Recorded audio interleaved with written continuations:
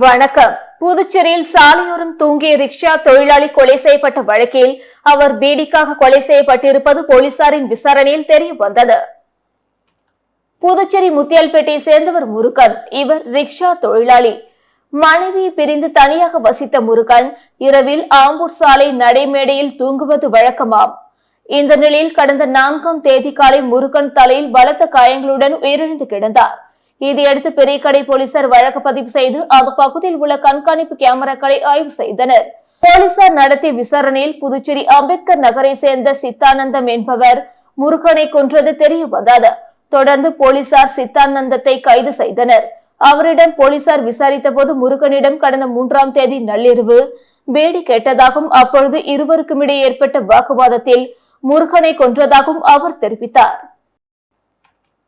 காரைக்கால் திருத்தெளிச்சேரி எனும் தலத்தெரு பகுதியில் அமைந்துள்ள பழமை வாய்ந்த ஸ்ரீ வடபத்ர காளியம்மன் ஆலய கும்பாபிஷேக விழாவில் ஏராளமான பக்தர்கள் கலந்து கொண்டு சுவாமி தரிசனம் செய்தனர். காரைக்கால் மாவட்டம் திருத்தெளிச்சேரி எனும் தலத்தெரு பகுதியில் அமைந்துள்ள பழமை வாய்ந்த ஸ்ரீ வடபத்ரகாளி அம்மன் ஆலய கும்பாபிஷேகம் 14 ஆண்டுகளுக்கு பிறகு கும்பாபிஷேக விழா கடந்த 5ஆம் தேதியன்று காலை விக்னேஸ்வர பூஜையும் முதல் கால யாகசாலை பூஜையுடன் துவங்கியது. இன்று மங்கள வாத்தியங்கள் முழங்க சிவாச்சாரியர்கள் புனித நீர் அடங்கிய கலசங்களை சுமந்து ஆலயத்தை வலம் வந்து வேத மந்திரங்கள் முழங்க ஆலய விமானங்கள் மற்றும் மூலவர்களுக்கு புனித நீர் ஊற்றப்பட்டு கும்பாபிஷேகம் நடைபெற்றது. அதனைத் தொடர்ந்து மூலவர்களுக்கு புனித நீர் ஊற்றப்பட்டு மகா அபிஷேகம் நடைபெற்றது.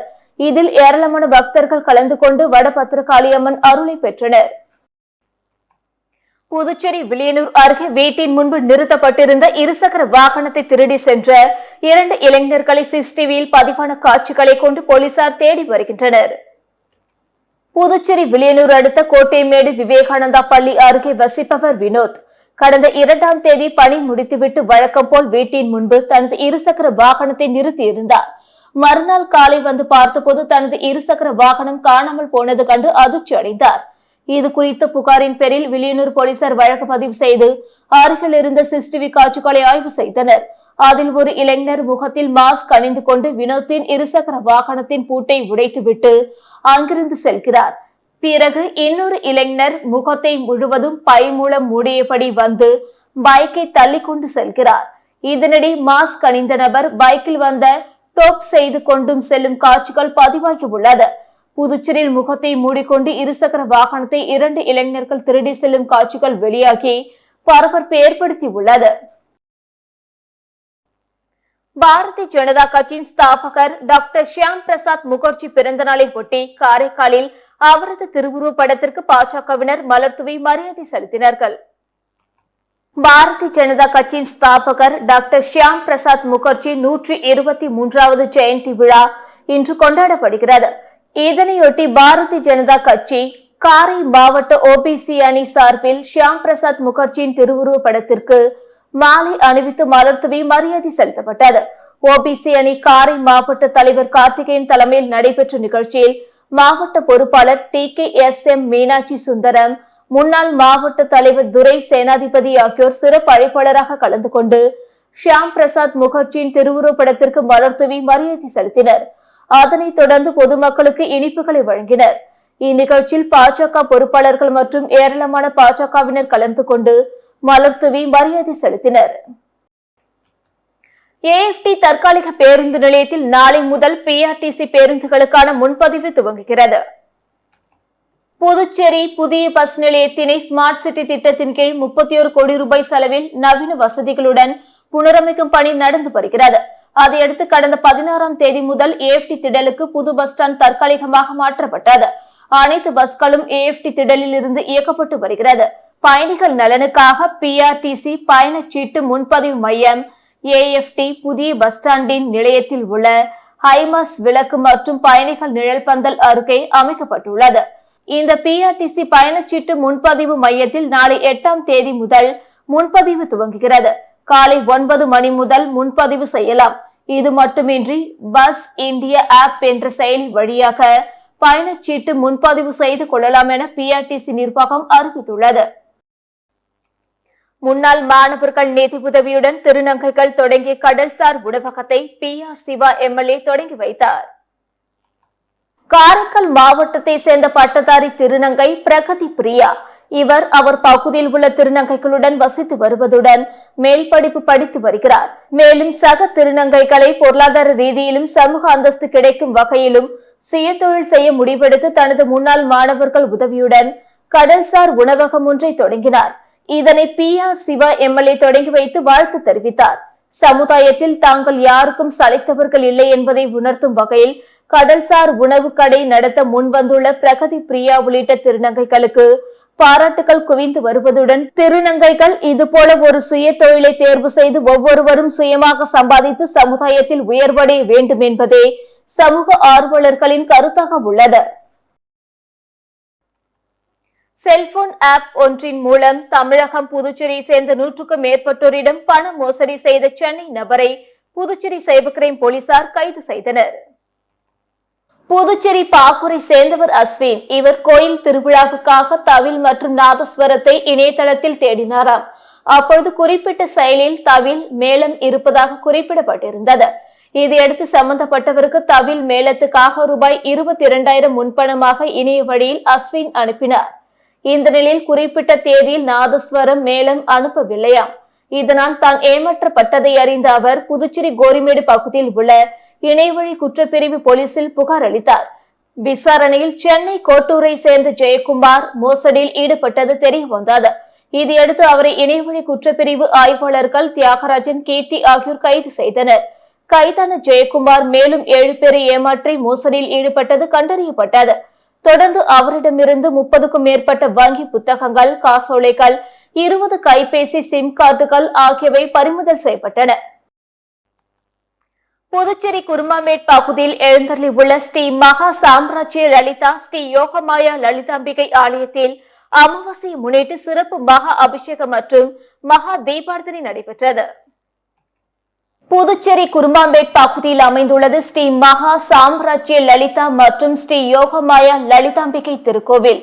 இந்த திருக்கோவிலில் ஆனி மாத அமாவாசையை முன்னிட்டு ஸ்ரீ லலிதா மகா யாகம் நடைபெற்று ஸ்ரீ மகா சாம்ராஜ்ய லலிதா மற்றும் ஸ்ரீ யோகமாயா லலிதாம்பிகைக்கு பால், தயிர், சந்தனம், திருநீர், திருமஞ்சனம், குங்குமம், கலச நீர் என பல்வேறு வாசனை திரவியங்கள் கொண்டு மகா அபிஷேகம் செய்யப்பட்டு மலர்களால் அலங்கரிக்கப்பட்டு தீபார்த்தனைகள் காட்டப்பட்டது. தொடர்ந்து ஸ்ரீ மகா சாம்ராஜ்ய லலிதா மற்றும் ஸ்ரீ யோகமாயா ஆன்லைன் லலிதாம்பிகைக்கு சகஸ்ர நாமம் பாடப்பட்டு மகா தீபார்த்தனை காட்டப்பட்டது.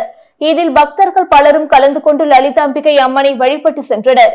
இதற்கான ஏற்பாடுகளை மகேஸ்வர சாஸ்திரி செய்திருந்தார். புதுச்சேரியில் 60 ஆண்டுகளுக்கு பிறகு நடைபெற்ற சேவல் சண்டை போட்டியில் 10க்கும் மேற்பட்ட மாநிலங்களில் இருந்து சுமார் 1000க்கும் மேற்பட்ட சேவல்கள் பங்கேற்றனர். பொங்கல் பண்டிகையின் போது தமிழர்களின் பாரம்பரிய விளையாட்டுகளான ஜல்லிக்கட்டு, கிடா, சேவல் சண்டைகள் தமிழகத்தில் நடைபெறும். இதேபோல புதுச்சேரியிலும் சேவல் சண்டைகள் நடத்தப்பட்டு வந்தது. ஆனால் சேவல்கள் துன்புறுத்தப்பட்டு வந்ததாகவும் சூதாட்டத்தில் ஈடுபடுவதால் சட்ட ஒழுங்கு சீர்கெடுவதாகவும் புகார் எழுந்தது. இதனால் சேவல் சண்டைக்கு தடை விதிக்கப்பட்டது. இதையடுத்து தேங்காய் திட்டை சேர்ந்த ஒருவர் சேவல் சண்டை நடத்த கோர்ட்டில் அனுமதி கேட்டார். சில நிபந்தனைகளுடன் சேவல் சண்டை நடத்த கோர்ட் அனுமதி வழங்கியது. இதன் பேரில் புதுச்சேரி மேட்டுப்பாளையம் கனரக வாகன முனையத்தில் சேவல் சண்டை நடைபெற்றது. 60 வருடங்களுக்கு பிறகு நடைபெறும் இந்த வெற்றுக்கால் சேவல் சண்டை விழா நேற்று தொடங்கியது. இதற்காக கனரக வாகன முனையத்தில் 50க்கும் மேற்பட்ட களம் அமைக்கப்பட்டிருந்தது. இதில் புதுவை, கேரளா, கர்நாடகா, ஆந்திரா, ஒடிசா உள்ளிட்ட 10க்கும் மேற்பட்ட மாநிலங்களில் இருந்து 1000க்கும் மேற்பட்ட சேவல்கள் பங்கேற்றது. இந்த சேவல்களை வளர்ப்பவர்கள் 2000க்கும் மேற்பட்டோர் வந்திருந்தனர். இதனால் புதுச்சேரியில் சேவல் சண்டை களை கட்டி நடந்தது. இன்றும் சேவல் சண்டை நடக்கிறது. போட்டியில் வெற்றி பெறுபவர்களுக்கு பரிசுகள் வழங்கப்பட உள்ளது. புதுச்சேரியில் கிஸ்தி தொகை குறைப்புக்கு பிறகு நேற்று ஒரே நாளில் 30 சாராய கடைகள், 2 கள்ளுக்கடைகள் ஏலம் போய் உள்ளன. புதுச்சேரியில் 85 சாராய கடைகளும் 66 கள்ளுக்கடைகளும் உள்ளன. இதேபோல் காரைக்காலில் 25 சாராய கடைகளும் 26 கள்ளுக்கடைகளும் உள்ளன. இக்கடைகளுக்கு ஆண்டுதோறும் 5% கிஸ்தி தொகை உயர்த்தி ஆன்லைனில் ஏலம் விடப்படுவது வழக்கம். அதன்படி புதுச்சேரி மற்றும் காரைக்காலில் உள்ள சாராய மற்றும் கள்ளுக்கடைகளின் 2024 முதல் 2025 ஆண்டு குத்தகை ஆண்டுக்கான சில்லறை விற்பனை உரிமத்துக்கான ஏலம் இணையதளத்தில் கடந்த 29ஆம் தேதி முதல் நடைபெற்று வருகிறது. ஆரம்பத்தில் கிஸ்தி தொகை உயர்வு காரணமாக சாராய கடைகளை ஏலம் எடுக்க வியாபாரிகள் தயங்கினர். அதன் பிறகு ஒவ்வொரு நாளும் ஏலம் போகாத கடைகளுக்கு 5% கிஸ்தி தொகை குறைக்கப்பட்டு ஏலம் விடப்பட்டு வருகிறது. இதனால் கடந்த 2 நாட்களாக சாராய கடையின் ஏலம் சூடு பிடித்துள்ளது. நேற்று முன்தினம் வரை புதுச்சேரி மற்றும் காரைக்காலில் 38 சாராய கடைகளும் 35 கள்ளு கடைகளும் ஏலம் எடுக்கப்பட்டிருந்தன. இந்நிலையில் ஏலம் போகாத 72 சாராய கடைகள் மற்றும் 57 கள்ளு கடைகளுக்கு நேற்று மறு ஏலம் நடத்தப்பட்டது. இதில் புதுவையில் 29, காரைக்காலில் 1 என ஒரே நாளில் 30 சாராய கடைகள் ஏலம் போயின. புதுவையில் எல்லை ஓரத்தில் உள்ள சேதராப்பட்டு கடை ஏலம் எடுக்க கடும் போட்டி நிலவியது. கடைசியில் சேதராப்பட்டு கடை அதிகபட்சமாக ரூபாய் 27,60,351க்கு ஏலம் எடுக்கப்பட்டது. இதற்கு அடுத்தபடியாக திருக்கனூர் கடை ரூபாய் 14,52,783க்கும், கன்னியகோவில் கடை ரூபாய் 13,03,877க்கும், லிங்கா ரெட்டிப்பாளையம் கடை ரூபாய் 9.35 லட்சத்துக்கும், ஆராய்ச்சி குப்பம் கடை ரூபாய் 8,29,744க்கும், பாகூர் கடை ரூபாய் 7.50 லட்சத்துக்கும், குருவிநத்தம் கடை ரூபாய் 6,92,435க்கும் ஏலம் எடுக்கப்பட்டது. இதில் குறைந்தபட்சமாக ஆரியபாளையம் கடை ரூபாய் 1.54 லட்சத்துக்கு ஏலம் போனது. இதேபோல் புதுவை 1, காரைக்கால் 1 என 2 கள்ளு கடைகளும் ஏலம் போயின. அதிகபட்சமாக மணமேடு கடை ரூபாய் 51,408க்கும் ஏலம் எடுக்கப்பட்டது. புதுச்சேரி மற்றும் காரைக்காலில் உள்ள 110 சாராய கடைகளில் இதுவரை 68 கடைகளும், 92 கள்ளு கடைகளில் 37 கடைகளும் ஏலம் போய் உள்ளன. இன்னும் ஏலம் போகாத 42 சாராய கடைகள், 55 கள்ளு கடைகளுக்கு நாளை 8ஆம் தேதி கலால் துறை மூலம் மறு ஏலம் நடத்தப்பட உள்ளது குறிப்பிடத்தக்கது. புதுச்சேரியில் பங்கு சந்தை மூலமாக அதிக லாபம் சம்பாதிக்கலாம் என கூறி ரூபாய் 17.15 லட்சம் மோசடி செய்யப்பட்டது குறித்து போலீசார் விசாரித்து வருகின்றனர். புதுச்சேரி நயினார் மண்டபத்தை சேர்ந்தவர் பாலாஜி. இவர் இணையதளம் மூலம் மணப்பெண் தேடி உள்ளார். அப்பொழுது இவரை தொடர்பு கொண்ட அடையாளம் தெரியாத பெண் நன்றாக பேசி பழகினாராம். இந்த நிலையில் இணையதளம் மூலம் பங்கு சந்தையில் முதலீடு செய்தால் அதிக லாபம் பெறலாம் என அந்த பெண் ஆசை காட்டி உள்ளார். இதை நம்பிய பாலாஜி பல தவணையாக ரூபாய் 17.15 லட்சத்தை முதலீடு செய்து ஏமாந்தார். இதேபோல் புதுச்சேரியில் கடந்த ஓரிரு நாட்களில் மட்டும் முதலியார்பேட்டை சேர்ந்த வசுந்தரா என்பவர் ரூபாய் 7.27 லட்சம், அரியங்குப்பத்தை சேர்ந்த அம்ரேஷ் ரூபாய் 85,000, வில்லியனூர் பகுதியை சேர்ந்த பெரியசாமி ரூபாய் 80,000, வம்பா கீரப்பாளையம் பகுதியை சேர்ந்த கவியா ரூபாய் 80,000 மற்றும் லாஸ்பேட்டை சேர்ந்த வைத்தி என்பவர் ரூபாய் 80,000 என பலர் ரூபாய் 27 லட்சத்துக்கும் அதிகமாக பணத்தை இழந்ததாக சைபர் கிரைம் போலீசார் தெரிவித்தனர். இத்துடன் செய்திகள் நிறைவடைந்தன. வணக்கம்.